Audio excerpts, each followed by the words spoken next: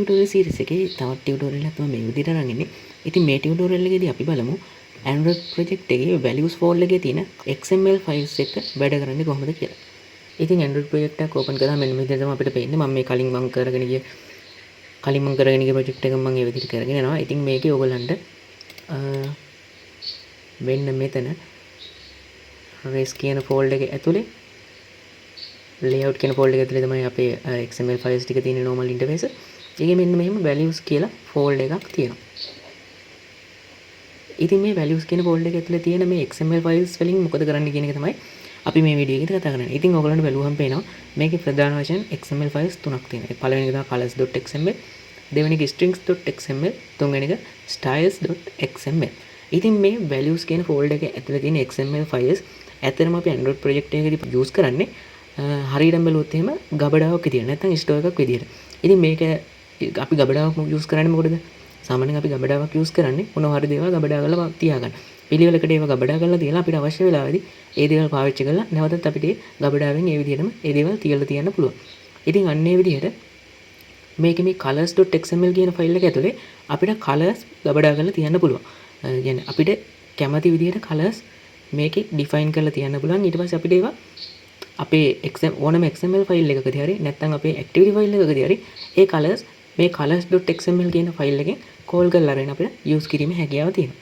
ඉතින් ඊට පස්සේ මේ strings.xml කියන ෆයිල් එක ගත්තාම මේක use කරන්නේ strings save කරලා තියාගන්න. නැත්නම් strings ගබඩා කරලා තියාගන්න. strings කියන්නේ ඇත්තටම ගත්තොත් අපි use කරන වචන.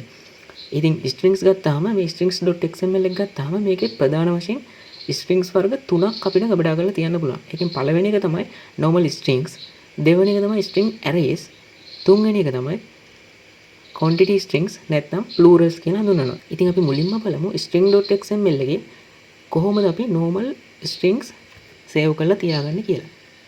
ඉතින් මේ විදිහට අපි strings.xml එක ඩබල් ක්ලික් කළාට පස්සේ මේ විදිහට තමයි අපිට open වෙන්නේ. ඔයගලන්ට පේනවා අපි දැන් ඉන්නේ strings.xml එකේ.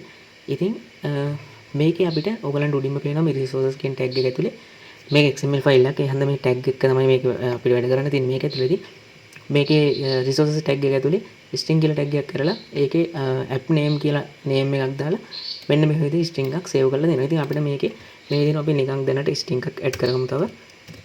string ඔයගලන්ට මෙහෙම ගැව්වම පේනවා string array එකකුයි string කියන දෙකම අපිට add කිරීමේ හැකියාව දෙනවා. අපි දැනට string එකක් add කරගෙන යනවා.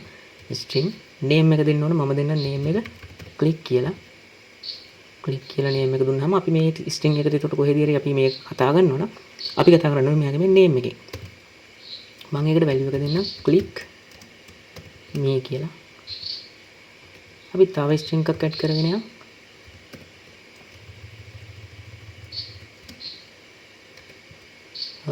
ඒක අපි දාමු cancel කියලා. name එක දාමු cancel.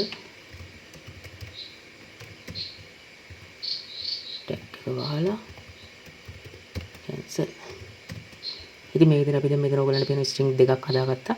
එකක් click කියන නම තියෙන. ඒක ඇතුලේ text එක වෙන්නේ click me කියලා. අනිත් එක cancel කියලා නම වෙන්නේ. ඒකේ text එක වෙන්නේ cancel කියලා. ඊට පස්සේ අපි බලමු මේ strings අපි කොහොමද use කරන්නේ කියලා.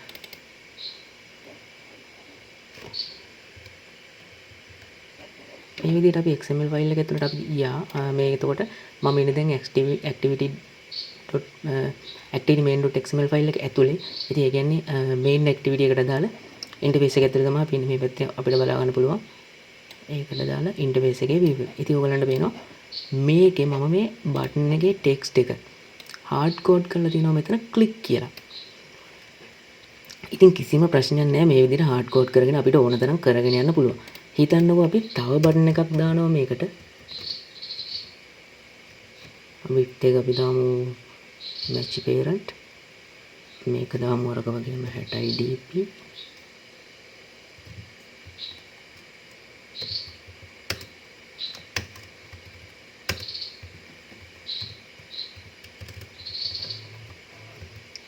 අපි id එක දෙමු.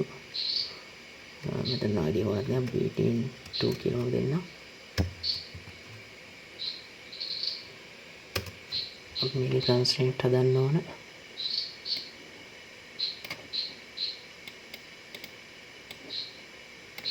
හරි.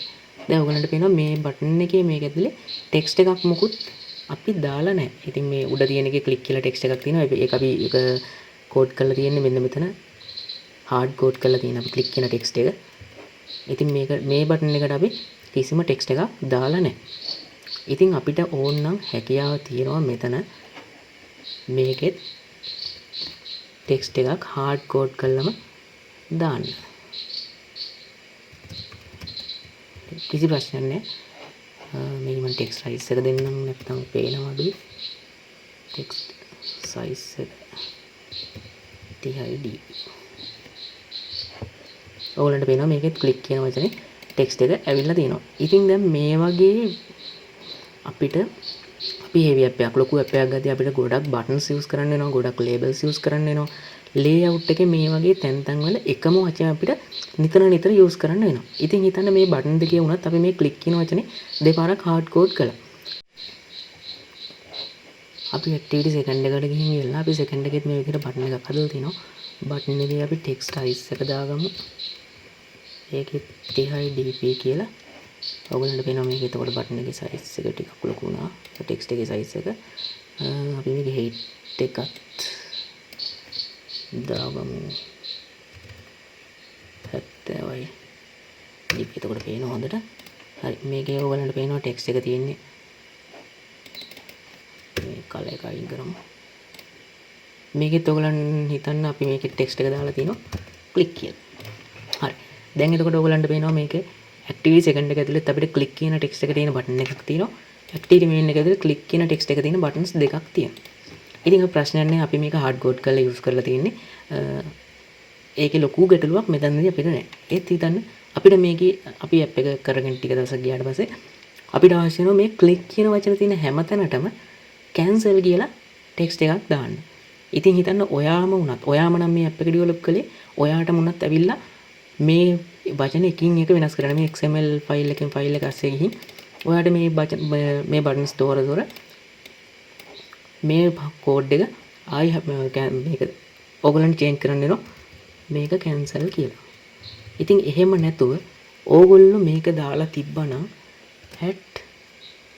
@string.click මේකෙත් ඕගොල්ලෝ @string.click මේකෙත්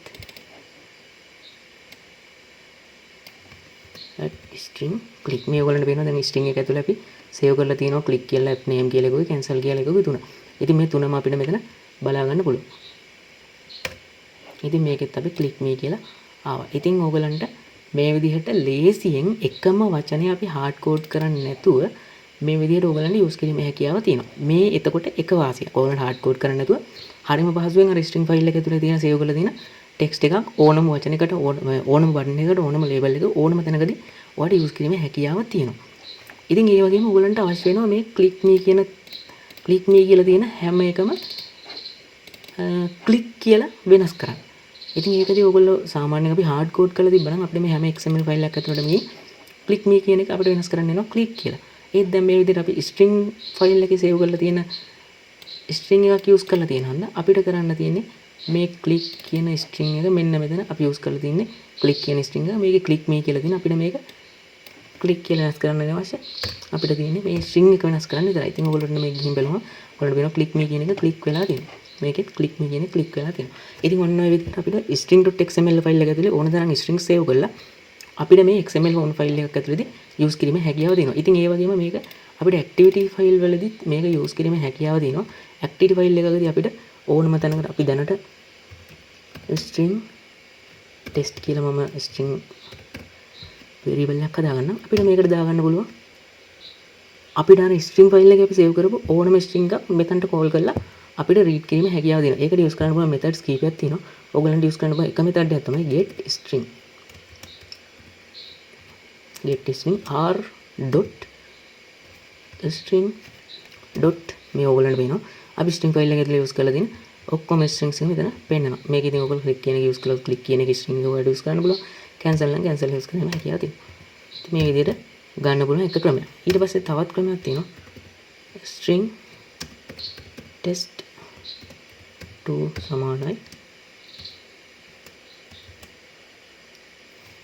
string dot value of r dot string file එක ඇතුලේ මේකෙන් තියෙන ඕනම එකක්.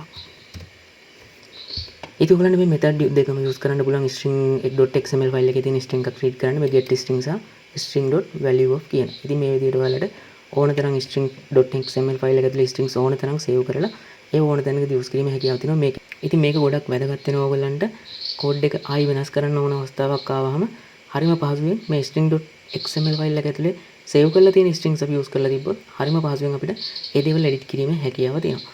ඉතින් ඊළඟ වීඩියෝ එකේදී අපි බලමු කොහොමද මේ string.xml එක ඇතුලේ string arrays සහ quantity strings use කරන්න සහ colors.xml සහ styles.xml file එක කොහොමද වැඩ කරන්නේ කියන එක.